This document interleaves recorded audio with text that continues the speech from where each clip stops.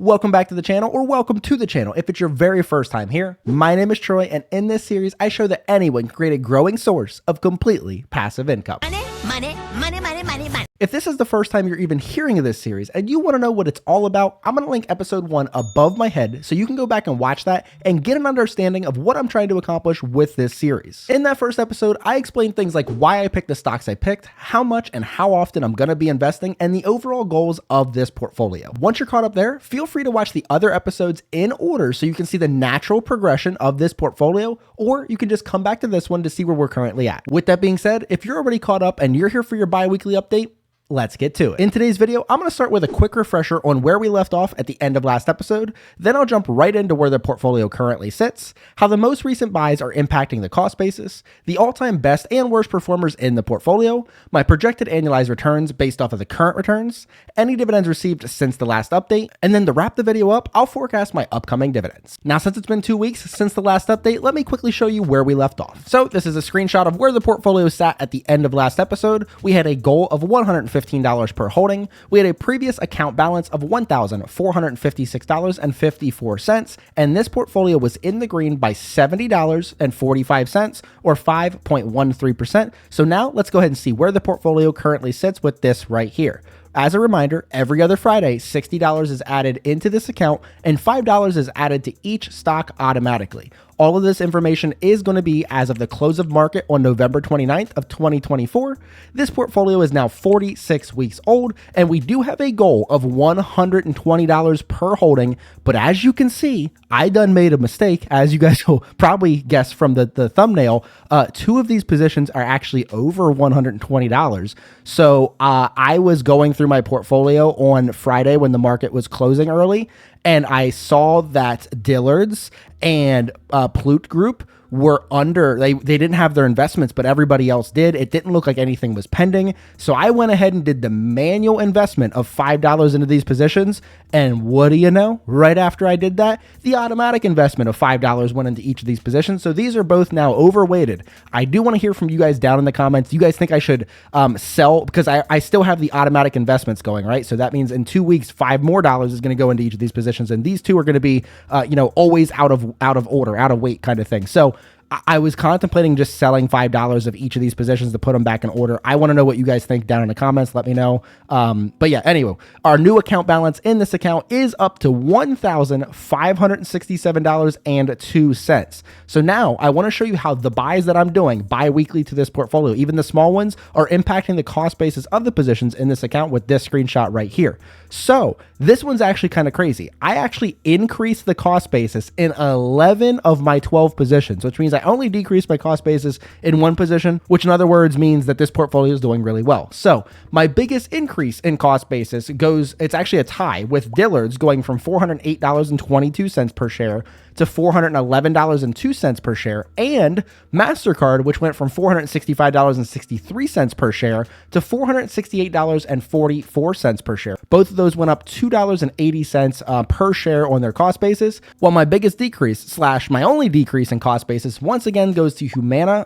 The good news is it's starting to drop by less. 1, because I'm getting closer to where it's currently sitting in price, and 2, it's starting to actually show signs of life and it's doing something. I poked it with the stick and said, do something. It's starting to do something. So Humana went from $335.07 per share to $333.40 per share as my cost basis. So now I want to show you guys which ones are, or more specifically, which stock is my best and which stock is my worst performer in the portfolio with this right here. And breaking news, we actually have a new top dog in this portfolio. CSL has taken the crown from AVGO, which has had it seemingly forever. Carlisle, CSL, is actually up $17.96 or 15.08%, while Humana's down here still, being the anchor of my portfolio, making sure we don't go anywhere. It's still down $13.29 or 11.11%. Now, as I've said, that is starting to actually come up. It was worse than that, so I guess silver lining if you want.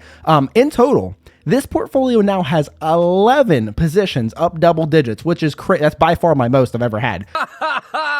I wish. 11 positions up double digits and only 1 position down double digits. Of course, only 1 position's down in this portfolio, and of course it's down double digits, because why not? So if you guys look down here at the bottom right, you can see that this portfolio is in the green by a record-setting $120.55, which is up 8.35%. So for anybody new here, what I do is I can take these numbers and I put them on a simple chart so you guys can see how this portfolio has gone over the course of all my episodes with this right here. So super simple chart. You guys can see all the way back to episode 1, all the way down to episode 24 where we are now. And as I said, we are at a record of total gain of $120. First time ever crossing the 3 digits, I guess is what we're calling it. The 3-digit mark.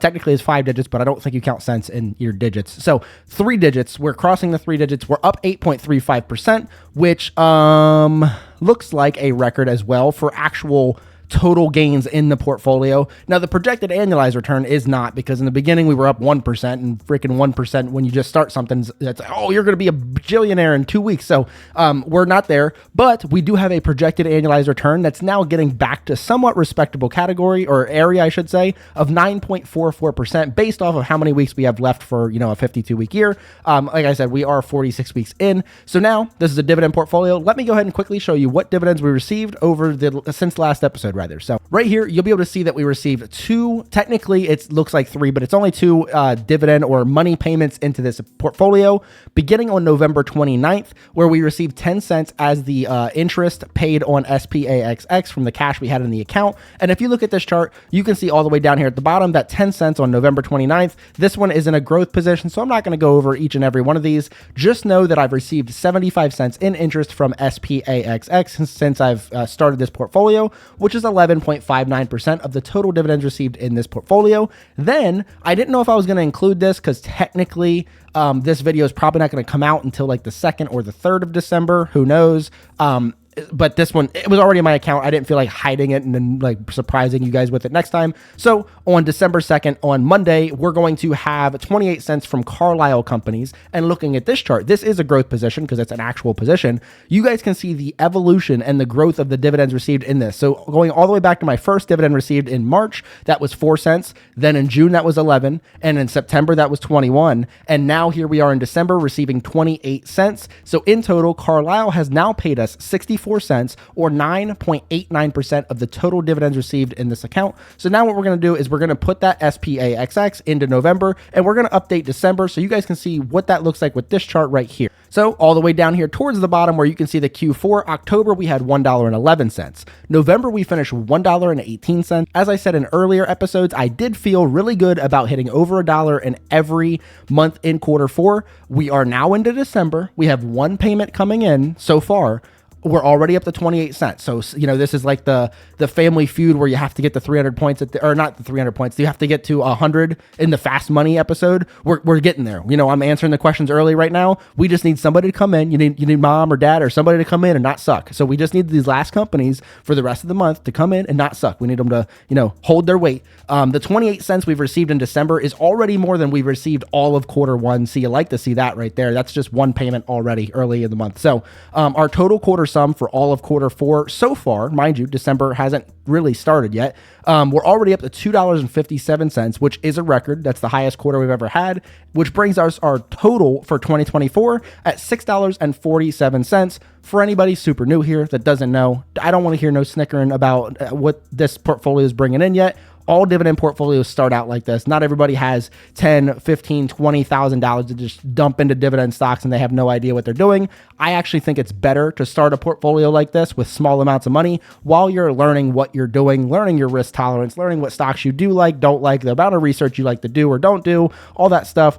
Starting with small amounts of money. If you get burnt, you're going to learn a lesson. You can learn a lesson, but you can learn a lesson with $100 or $1,000, and $1,000 obviously hurts more. So I think it's better to start portfolios small and slow and learn what you're doing, learn the ropes, and then build from there off of the principles that you do. It's just like building a house. Start with the foundation. You don't just drop a house on some dirt and be like, we'll figure out the foundation later. So that's my opinion. So last thing I wanted to show you guys is the upcoming dividends for the rest of December with this right here. You guys will be able to see December 2nd, we had that CSL payment coming in. We do have, looks like 2 ex-dividend dates on the 4th and 31st of December, but we have KNSL supposed to be on the 13th of December. We have ODFL on the 18th of December, and Broadcom or AVGO down here at the 29th of December. Do note that the 31st will be another interest payment of SPAXX, But as I said, I made that mistake and spent half of our money. So we're going to get like freaking a penny or something from them. Again, let me know in the comments down below what I should do about those overages. I can't really fix them. So I either need to sell them or just pretend they're even with the other ones. So let me know in the comments down below. But that's going to wrap it up for this bi-weekly update to the Anyone Can Invest portfolio. If you guys do enjoy this series, please let me know that by leaving a like on the video. And if you have any questions, comments, or concerns, leave those in the comment section down below as I personally read and respond to every single comment. And by the time this comes out, I should have my brand new video for my updated dividend portfolio that I've been building and growing for the last 5 years that started out just like this. If you guys want to check that out, check it out right here. But until next time, see ya.